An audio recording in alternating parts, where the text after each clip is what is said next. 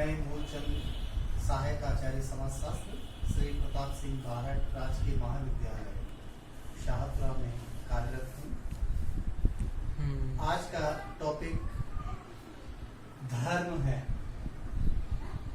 विश्व के सभी समाजों में धर्म का स्वरूप पाया जाता रहा है। यदि हम हिंदू धर्म की बात करें तो यहाँ के मनीषियों ने हिंदू धर्म को व्यापक अवधारणा के रूप में प्रस्तुत किया। इस्लाम धर्म की बात करें तो इनके संस्थापक रहे मोहम्मद शाह।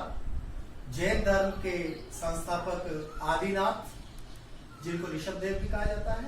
उसके पश्चात महावीर स्वामी जो 24वें तीर्थंकर थे, उन्होंने भी जो है इस धर्म को यानी 24 तीर्थंकरों ने इसको आगे बढ़ाया था। बौद्ध धर्म जो कि गौतम बुद्ध इनके संस्थापक के रूप में माने जाते हैं। सिख धर्म में सिख धर्म के जो प्रणेता रहे हैं वो गुरु नानक साहब रहे हैं, और पारसी धर्म के जरथुस्त्र रहे हैं। ईसाई धर्म के महात्मा ईसा रहे हैं। तो इस प्रकार विश्व के सभी जगह पर धर्म का स्वरूप पाया जा रहा है। एक्चुअल में वास्तविक रूप में अगर देखा जाए तो धर्म क्या है, चूंकि जिस प्रकार विभिन्न प्रकार की नदियां अलग अलग धाराओं के रूप में होती है और वह धाराएं अंत में समुद्र में जाकर के मिल जाती है, ठीक उसी प्रकार धर्म की अलग अलग शाखाएं हिंदू, इस्लाम, ईसाई, जैन, बौद्ध, पारसी, सिख, ये सभी एक नदियों की भांति धाराएं हैं जो अंत में ईश्वर रूपी एक ईश्वर है, उसके एकेश्वरवाद की जो बात है, आस्तिकता की बात है, धर्म की बात है, वो सारे उसी सागर रूपी जो है व्यवस्था में समाहित हो जाते हैं। धर्म का जो शाब्दिक अर्थ की बात करें तो सबसे पहले स्टीफन फच का नाम आता है। STEPHEN, Stephen Fuchs, FUCHS। आपने ओरिजिन ऑफ मैन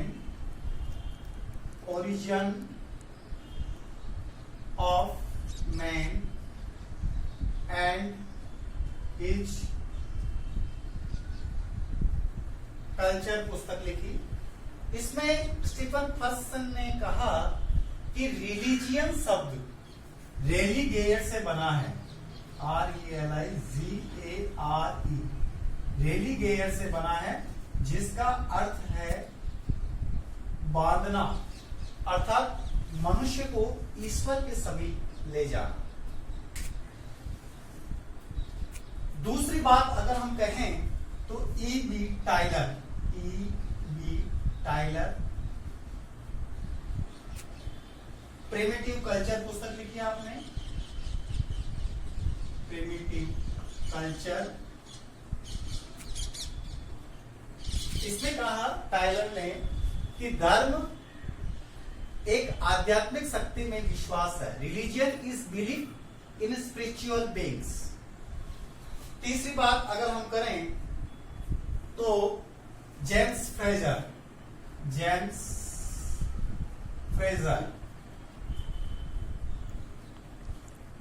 इन्होंने द गोल्डन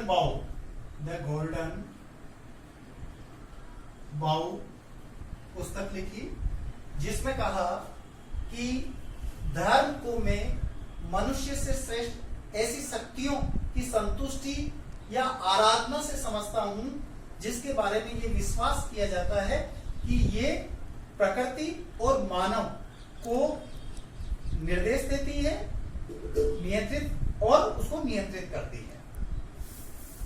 कहने का मतलब यही है कि धर्म जो है एक अलौकिक शक्ति है, एक अदृश्य शक्ति है, जो मनुष्य को सही मार्ग पर बताने का प्रयत्न करती है, सही मार्ग पर ले जाती है। एक नैतिकता होती है, उस नैतिकता पर बल इसमें दिया जाता है। बी मेलिनोवस्की जो है, बी मेलिनोवस्की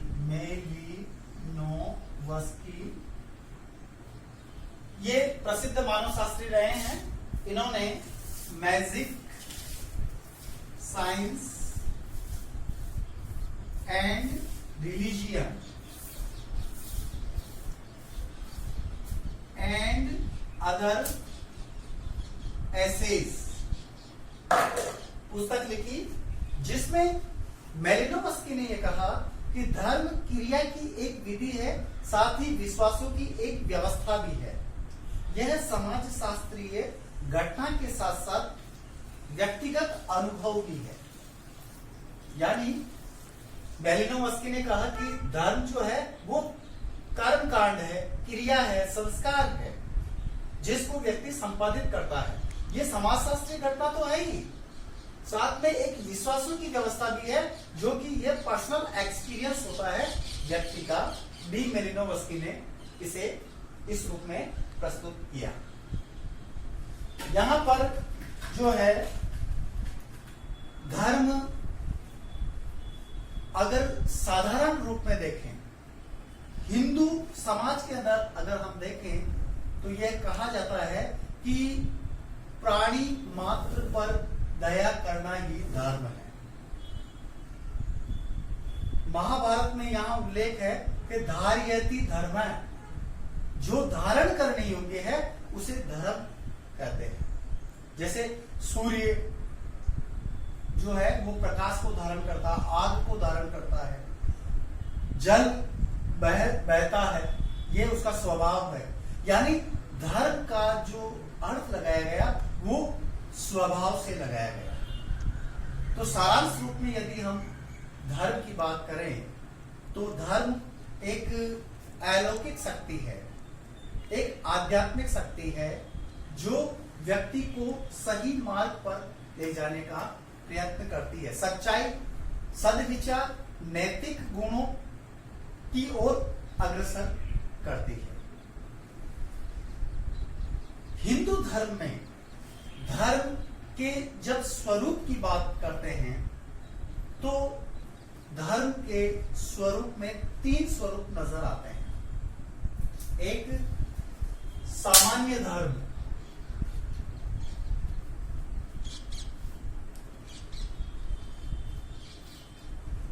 सामान्य धर्म जो सभी व्यक्तियों के लिए है, यानी इस धर्म को मानव धर्म भी कहते हैं। इसे सब व्यक्ति, चाहे वो ब्राह्मण हो, क्षत्रिय हो, वैश्य है, शूद्र है, सभी वर्ण इस धर्म को स्वीकार कर सकते हैं, इसको अपनाते हैं। मनु ने मनुस्मृति में कहा, सामान्य धर्म के 10 लक्षण प्रस्तुत किए एक श्लोक के माध्यम से कि धृति, क्षमा, दमोस्ते, सोच, मित्र, निग्रह, निर्विद्या, सत्यम, क्रोधो, 10कम धर्म लक्षणम। ये 10 धर्म के लक्षण सामान्य धर्म के प्रस्तुत किए हैं मनु ने मनुस्मृति में। जैसा कि धृति, इसका मतलब होता है जीव और जननेंद्रियों पर नियंत्रण करना, क्योंकि जीव जल्दी फिसलती है, इसलिए व्यक्ति को कंट्रोल करना चाहिए और अपनी काम शक्तियों पर भी कंट्रोल करना चाहिए। दूसरा, धृति, क्षमा, शक्तिशाली होते हुए भी दूसरे व्यक्ति को क्षमा कर देना, यह उत्तम धर्म माना गया है। तो क्षमा दूसरा धर्म हो गया, दूसरी विशेषता हो गई धर्म की, सामान्य धर्म की। तीसरी, काम और लोभ पर संयम करना, दम यानी घमंड, काम और लोभ, इस पर व्यक्ति को संयम करना चाहिए। अस्तेय का मतलब हो गया चोरी नहीं करना, नैतिक, सदाचार, ईमानदारी के साथ में कार्य करना और किसी प्रकार की चोरी नहीं करना। और सोच का मतलब सुचिता का मतलब पवित्रता, व्यक्ति मन, वचन और कर्म से पवित्र रहे, नैतिक आचरण करे, सुचिता बनाए रखें। और इंद्रिय निग्रह का मतलब होता है इंद्रियों पर नियंत्रण, काम, क्रोध, लोभ, मोह, इन सभी इंद्रियों से को वह अपने वश में रखे, ये इस पर देखने को मिलता है। और धी अथवा बुद्धि, बुद्धि जो किसी भी व्यक्ति का गुण और अवगुण को ध्यान में रखते हुए उसका विवरण प्रस्तुत करता है, यानी गुण और दोष को देखता है, ऐसी यानी तर्क की बात की जाती है। और आठवीं बात जो हम कहते हैं विद्या, जिसमें विवेक जागृत हो जाता है, यह भी एक धर्म का लक्षण है। और सत्य, सदा सत्य वदम, हमेशा सत्य बोलो, और सत्यमेव जयते नामृतम, सदा सत्य की जीत होती है, ये भारतीय संस्कृति में हम स्वीकार करते हैं, मानते हैं। इसलिए एक प्रत्येक नागरिक से यह आशा की जाती है कि वो हमेशा सत्य बोले, वह झूठ नहीं बोले। और अंत में अक्रोध, किसी पर भी चाहे वह उसका शत्रु हो उस पर क्रोध नहीं करें, अक्रोध करें। तो ये मनु ने मनुस्मृति में सामान्य धर्म की बात कही है, ये वर्गीकरण किया था। दूसरा जो इसका स्वरूप आता है धर्म का, वो आता है विशिष्ट धर्म। विशिष्ट धर्म, विशिष्ट धर्म को एक लाइन के माध्यम से मैं बता सकता हूं कि वर्णाश्रम, वर्णाश्रम, कुल, राजगुरु, मित्र युग, ये विशिष्ट धर्म है। जैसे पहला धर्म आ गया है वर्ण। अब वर्ण चार हैं, ब्राह्मण, क्षत्रिय, वैश्य और शूद्र। इन चारों वर्णों से यह अपेक्षा की जाती है कि वह अपने वर्ण धर्म का पालन करे। जैसे ब्राह्मण का धर्म यह है कि वह अध्ययन और अध्यापन करे, वह दान दक्षिणा ले, और इसके साथ में ही वह सेवाएं दे अध्यापन वाली, ये ब्राह्मण धर्म है। क्षत्रिय धर्म अपने देश की रक्षा करे, प्रजा की रक्षा करे। वैश्य धर्म पालन करे, प्रजाओं का पालन करना यानी कि व्यापार करना। और शूद्र धर्म जो है इन तीनों वर्णों की सेवा करना। तो ये वर्ण धर्म है। इसी प्रकार से आश्रम, दूसरा हो गया आश्रम। आश्रम धर्म, आश्रम जिस प्रकार वर्ण चार प्रकार है, ठीक आश्रम भी चार प्रकार होते हैं। ब्रह्मचर्य आश्रम, जो कि 25 वर्ष तक उम्र होती है, चाहे वह इस आश्रम के अंतर्गत 25 साल तक वह अपने गुरु के पास शिक्षा प्राप्त करता है। 25 से 50 जो साल है वो गृहस्थ आश्रम होता है। इन चारों आश्रमों में से गृहस्थ आश्रम को सबसे महत्वपूर्ण माना जाता है, क्योंकि यहाँ इस आश्रम में यज्ञों का संपादन किया जाता है, संतति की उत्पत्ति होती है इसी आश्रम में, और रति आनंद भी इसी में मिलता है। और चूंकि ब्रह्मचर्य आश्रम, गृहस्थ आश्रम और वानप्रस्थ आश्रम, वन की ओर प्रस्थान करना, और संन्यास आश्रम, तो ये चारों आश्रम में जो है ये धर्म है कि इस आश्रम के अनुसार अपना कार्य करें। तीसरा कुल धर्म। कुल धर्म का मतलब हो गया परिवार के साथ, जो परिवार में माता पिता भाई बहन ये सभी सगे संबंधी होते हैं, इन सभी का अपना अपना धर्म। पिता का यह धर्म है कि अपने पुत्र का, अपने परिवार का पालन पोषण करे। भाई का यह धर्म है कि वो भाई का साथ दे। बहन का यह धर्म है कि वो पवित्रता रखे, नैतिकता रखे। तो ये सभी, और पत्नी के लिए भी यह धर्म है कि वो एक पतिव्रत धर्म का पालन करे। तो इस प्रकार कुल धर्म इसमें देखने को मिलता है। और चौथा राजधर्म। राजधर्म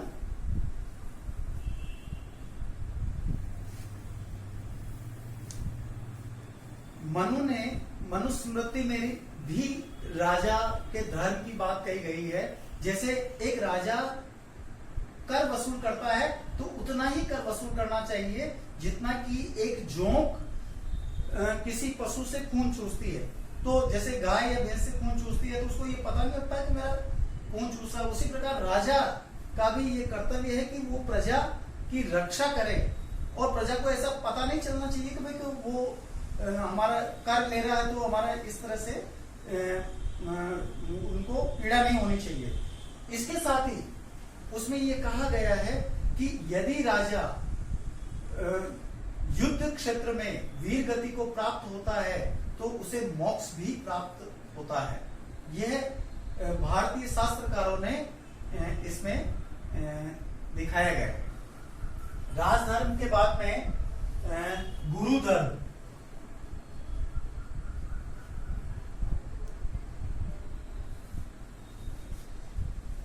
भारतीय समाज में गुरु का दर्जा ईश्वर से भी ऊंचा माना है, क्योंकि गुरु ही वह शख्स है जो ईश्वर के दर्शन कराता है। गुरु गोविंदो करे काके लागू पाए, बलिहारी गुरु आपने गोविंद दियो बताए।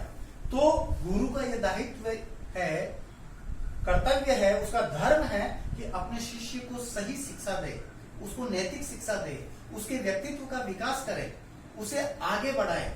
और महाभारत में ऐसा उल्लेख है कि जब भीष्म पितामह वह अपने गुरु परशुराम जी जो है उन दोनों के बीच में युद्ध हुआ। अंबा मतलब उनकी अंबा अंबिका अंबालिका तीनों का हरण किया था, जिसमें जो है अंबा से उनका विवाह नहीं हुआ। तो ऐसी स्थिति में परशुराम जी ने उससे युद्ध करने के लिए कहा, और जब परशुराम जी और भीष्म पितामह दोनों के बीच में युद्ध हुआ तो भीष्म पितामह की विजय हुई, परशुराम जी हारे। लेकिन परशुराम जी को गर्व था कि मेरा शिष्य इतना बड़ा हो गया है, इतना महान है। तो इस प्रकार गुरु धर्म भी है जो शिष्यों की प्रशंसा भी करे, अच्छा कार्य करे तो उसको प्रशंसा करे, लेकिन गलत काम करे तो उसको दंड भी देने का काम गुरु का होता है।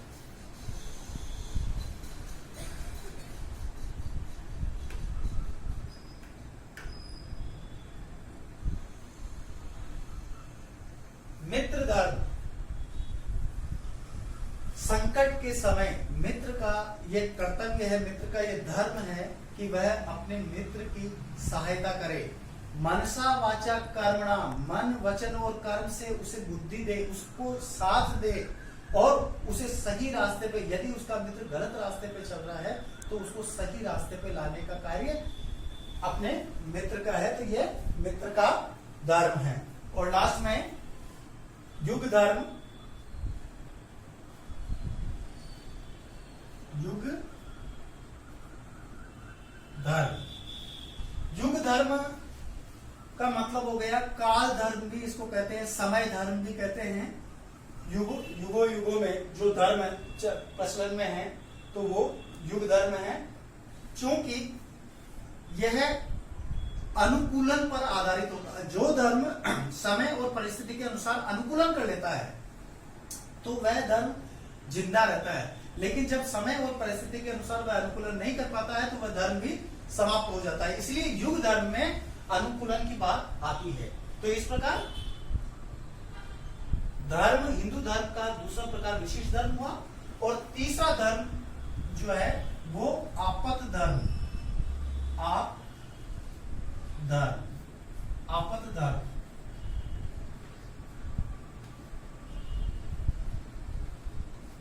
आपत धर्म